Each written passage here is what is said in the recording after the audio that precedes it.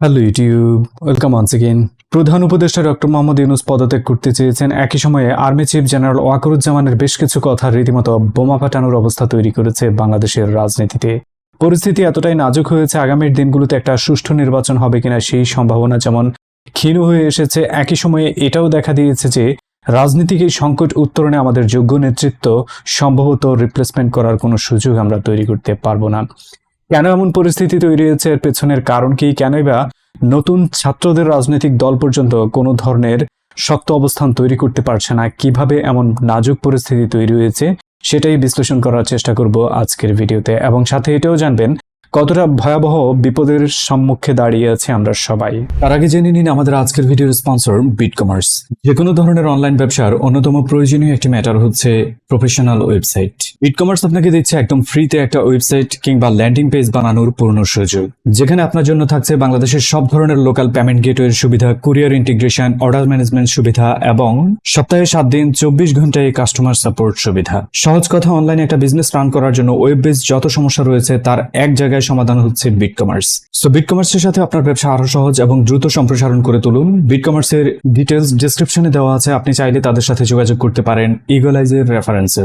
প্রধান উপদেষ্টা পর্যন্ত পদত্যাগ করতে পারেন এমন নাজুক অবস্থা যে তৈরি হয়েছে সেটা দীর্ঘ ব্যর্থতার একটা ফসল মাত্র।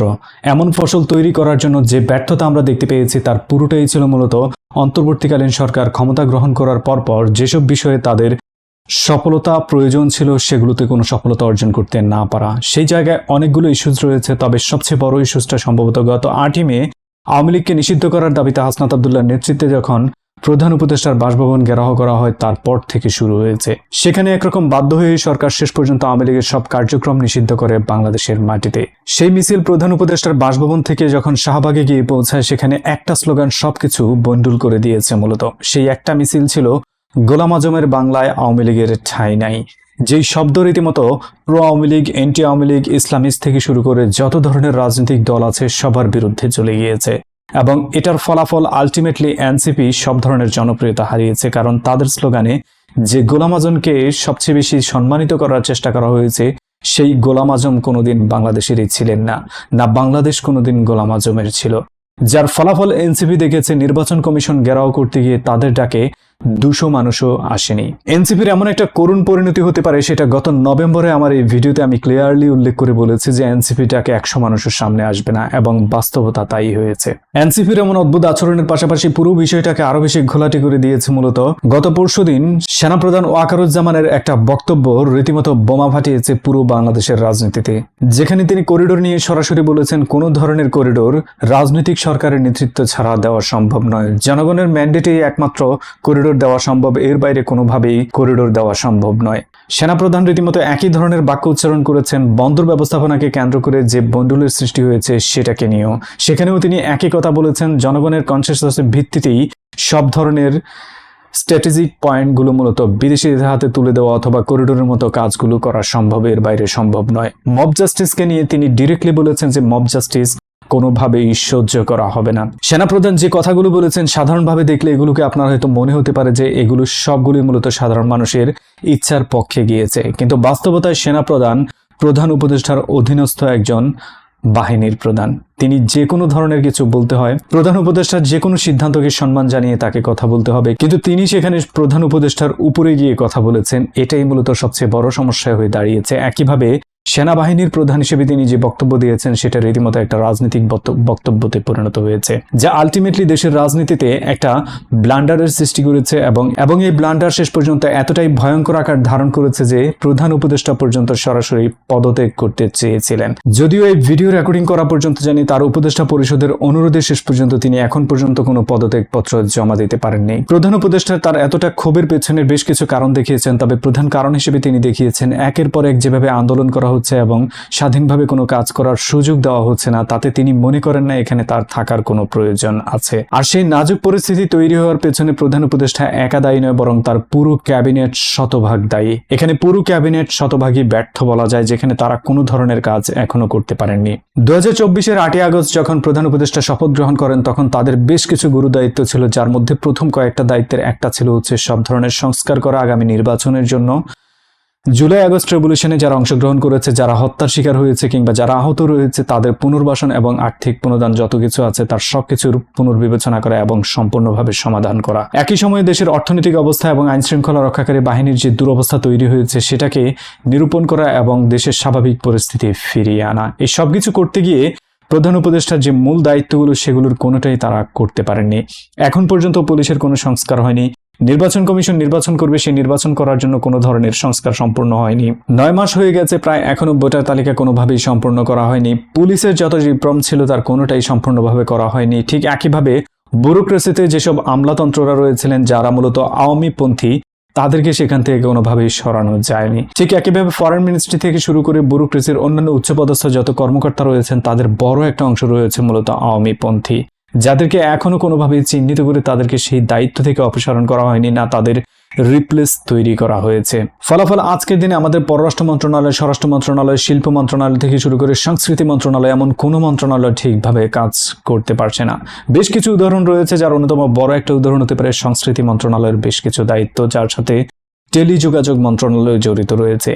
ইন্ডিয়ান নিউজ চ্যানেল থেকে টিভি চ্যানেল যত কিছু রয়েছে তার সবকিছু এখনো দেদারসে বাংলাদেশে চলছে। একইভাবে ইন্ডিয়ান যতগুলো হেজমনি বাংলাদেশে স্ট্রংলি অ্যাক্টিভ ছিল তার প্রত্যেকটা এখনো ক্লিয়ারলি কাজ করে যাচ্ছে, এবং ইন্ডিয়ান মিডিয়া থেকে শুরু করে ইন্ডিয়ান অ্যাগ্রেশন সবকিছু এখানে ক্লিয়ারলি চলছে, যার কোনোটাই এখনো কোনোভাবে সম্পন্ন করা হয়নি। একইভাবে সেনাবাহিনী থেকে শুরু করে অন্যান্য যত বাহিনী রয়েছে তার প্রত্যেকটাতে যে ইন্ডিয়ান ইনফিল্ট্রেশন রয়েছে সেটারও কোনো সঠিক ব্যবস্থা এখনো গ্রহণ করা হয়নি। উপরন্তু আমেরিকান প্রবাসী ডক্টর খলিলকে ন্যাশনাল সিকিউরিটি অ্যাডভাইজার হিসেবে নিয়োগ দিয়ে মূলত আরো বড় ব্লান্ডার তৈরি করা হয়েছে, যেখানে মূলত সেনাবাহিনী থেকে শুরু করে অন্যান্য কোনো বাহিনী তাকে সিরিয়াসলি নেয়নি। যার একটা উত্তর আপনি খুঁজে পান সেনাপ্রধানের ওই বক্তব্যে। তিনি ক্লিয়ারলি বলেছিলেন বিদেশ থেকে এসে দেশের ছড়ি ঘুরাবে সেটা কেউ মেনে নেবে না, এবং এটা ছিল মূলত সেই ডক্টর খলিলের মতো যতগুলো উপদেষ্টা রয়েছেন বিদেশি তাদেরকে টার্গেট করে বলা, যার আলটিমেট মিনিংস হচ্ছে এখন পর্যন্ত ডক্টর মোহাম্মদ ইউনূসের নেতৃত্বে সরকার যত কিছু করেছে তার কোনোটাতেই কোনো ধরনের সফলতা তৈরি করা আনা সম্ভব হয়নি। সো এই সরকারের এখন পর্যন্ত যেমন সফলতা রয়েছে ঠিক একইভাবে তাদের ব্যর্থতাও রয়েছে, কিন্তু সবচেয়ে বড় ব্যর্থতার পালে হাওয়া লাগিয়েছে মূলত যদি বলতে যাই রাজনৈতিক দলগুলো, যার মধ্যে এনসিপি, বিএনপি, জামাত থেকে শুরু করে সবাই রয়েছে। এনসিপি যেমন সংগঠিত হতে পারেনি, এনসিপির নেতৃত্বে যেমন অন্যান্য ছাত্র রাজনৈতিক সংগঠনগুলো কোনোভাবেই সরকারকে সহযোগিতা করতে পারেনি, কিন্তু একের পর এক তারা আন্দোলনে নেমেছে, সরকারকে বিপদে ফেলেছে, এবং তাদেরই নেতাকর্মী বিভিন্ন জায়গায় সন্ত্রাসী চাঁদাবাজির অভিযোগে ধরা পড়েছে। বিএনপির অবস্থান কোনোভাবেই ভালো ছিল না, তাদের অবস্থান ঠিক একই রকম ছিল। একের পর এক বিভিন্ন ধরনের আন্দোলনের সোচ্চার তারাও করেছে, এবং সর্বশেষ আন্দোলনটা করেছে ইশরাকের নেতৃত্বে দক্ষিণ সিটি কর্পোরেশন ঘেরাও এবং 65টা তালা ঝুলিয়ে পুরো দক্ষিণ সিটিকে মূলত অকেজো করে দিয়েছে। ইশরাকের নেতৃত্বে দক্ষিণ সিটির সেই আন্দোলন গিয়ে ঠেকেছে মূলত আসিফ মাহমুদ এবং মাহফুজ আলমের পদত্যাগের দাবিতে, এবং আজকের দিনে সেটা নিয়ে তারা ঢাকা সিটি পুরোপুরি অচল করে দিয়েছে বিভিন্ন প্রান্তে।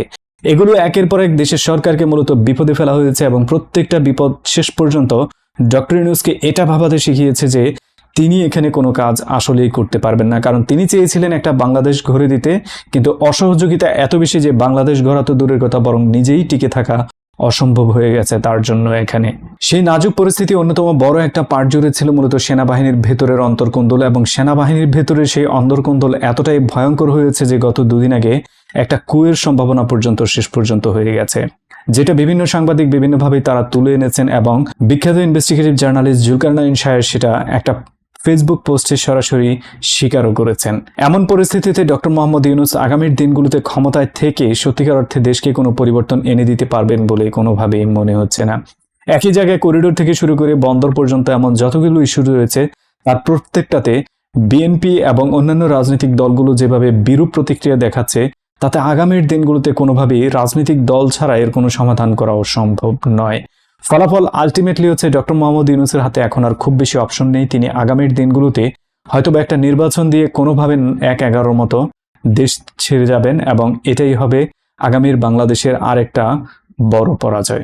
ডক্টর মোহাম্মদ ইউনূস ক্ষমতা গ্রহণের পর থেকে এখন পর্যন্ত যে সফলতাগুলো তিনি অর্জন করেছিলেন তার প্রত্যেকটাই মূলত খুব দ্রুত আকারে ভাটা পড়ে যাচ্ছে শুধুমাত্র এই সব ব্যর্থতার কারণে, এবং সেই ব্যর্থতার আলটিমেট মিনিংস হচ্ছে আগামীর দিনগুলোতে বাংলাদেশে ইন্ডিয়ান ডমিনেন্স আরও বৃদ্ধি পাবে, এবং গত দুদিনে বাংলাদেশে যা ঘটে যাচ্ছে তার রিয়েল উইনার বাংলাদেশের কেউ নয়, না সেনাবাহিনী, না এনসিপি, না বিএনপি, না বাংলাদেশের সাধারণ জনগণ কেউ।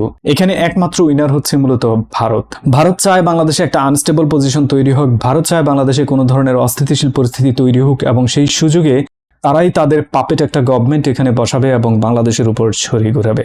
যে কথা আমি আমার অনেক ভিডিওতে বারবার বলে এসেছি, বাংলাদেশের শত্রু মূলত আওয়ামী লীগ নয়, বাংলাদেশের শত্রু বিএনপি নয়, বাংলাদেশের শত্রু ইসলামিস্ট নয়, বাংলাদেশের শত্রু কোনো ধরনের অন্য কোনো রাজনৈতিক দল নয়। বাংলাদেশের শত্রু মূলত একটাই, সেটা হচ্ছে ইন্ডিয়া। ইন্ডিয়ার সেই শত্রু হিসেবে তারা মূলত এখানে আওয়ামী লীগকে সবসময় কাজে লাগিয়ে এসেছে। ইন্ডিয়ার পাপেট হিসেবে মূলত আওয়ামী লীগ এখানে কাজ করেছে, তাই আওয়ামী লীগ আমাদের প্রধান শত্রু হয়েছে। এবং আজকের দিনে যদি কোনো কারণে ইউনূস সরকার সত্যিকার অর্থে ব্যর্থ হয় এবং পদত্যাগ করে, আগামীর দিনগুলোতে এখানে আওয়ামী লীগ এমনভাবে ঘাঁটি গেড়ে বসবে যে পরবর্তীতে বাংলাদেশ বলতে স্বাধীন বাংলাদেশ আর কোনো কিছু থাকবে না। এবং একইভাবে বলতে হয় যে কোনো কারণে যদি ওয়াকারুজ্জামানকে সত্যিকার অর্থে ক্ষমতা নিতে হয়, তাহলে বাংলাদেশের পরিণতি হবে আগামীর দিনের পাকিস্তান অথবা মিশরের সিসির ক্ষমতা পদায়নের মতো করেই। যে অবস্থাটা এমন হয়ে যাবে যে কোনো একটা গণহত্যাও যদি কোনো অংশে তৈরি হয়ে যায়, সেখানে মানুষ কোনো ধরনের আওয়াজ তোলার সাহস পর্যন্ত পাবে না।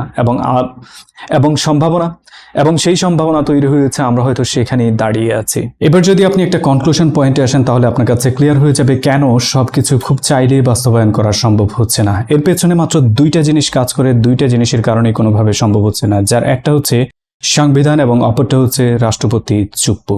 সংবিধান এমন একটা জিনিস যেটা হচ্ছে লিখিত দলিল, যার বাস্তবায়ন হয় সাধারণ মানুষের ভোটের মাধ্যমে। ভোটে কি হবে এবং ভোটের রায়ের ইমপ্লিমেন্টেশন কিভাবে হবে এবং কিভাবে ম্যান্ডেট তৈরি হবে, তার সবকিছু লেখা আছে মূলত সেই সংবিধানে। সংবিধান যদি মানা না হয়, তাহলে সাধারণ মানুষের যে রায় হয়েছে সেটা কিন্তু মানা হচ্ছে না। এবং সেই জন্য এই সংবিধানের কথাকে মানতে গেলেই মূলত আসে ম্যান্ডেট শব্দটি।